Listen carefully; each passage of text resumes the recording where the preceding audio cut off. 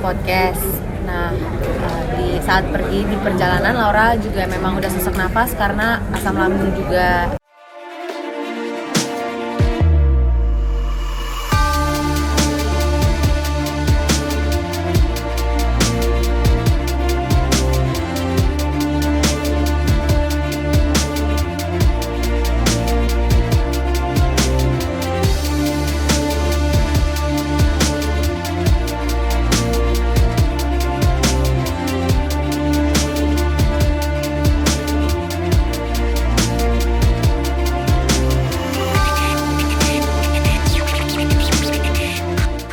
Jadi hari ini itu tadi agendanya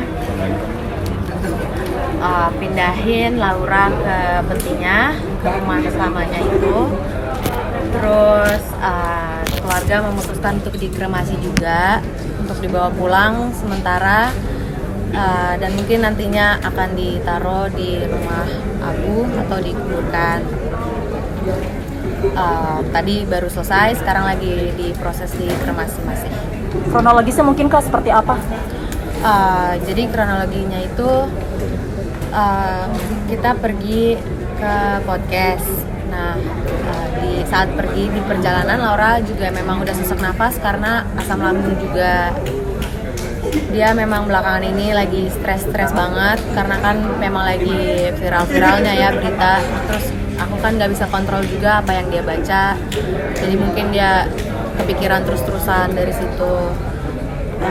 Pas di perjalanan dia sesek, dia memang sering ya kayak gini, memang suka stres gini, jadi sering sakit asam lambung juga.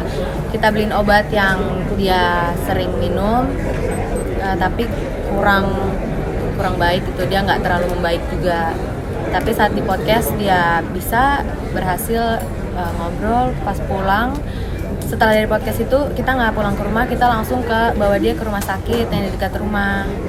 Udah di dekat rumah, udah dicek darah, saturasi, jantung, pokoknya dicek sama dokternya, semuanya katanya baik-baik aja, nggak ada yang urgent, kecuali memang waktu itu darah merahnya tinggi dan disaranin sama dokter untuk pulang besok kembali lagi untuk cek penyakit dalam untuk spesialisnya, karena kan di situ posisinya kita ke UGD itu jam 1 malam sampai jam 3 jam 4 pagi kita tunggu di situ.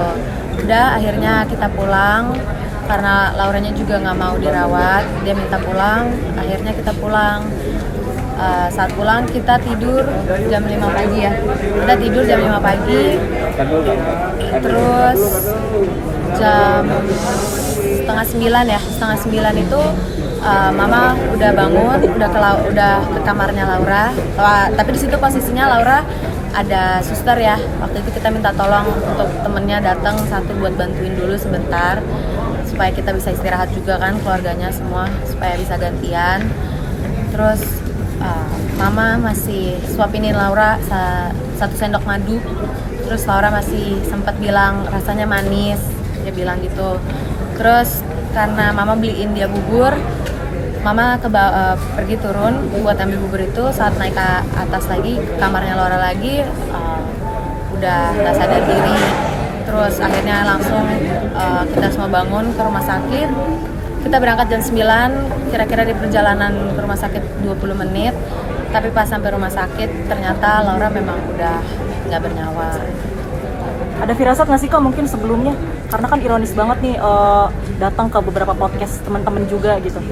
Firasat ada sih sedikit-sedikit, tapi aku nggak mau percaya aja sama firasat itu.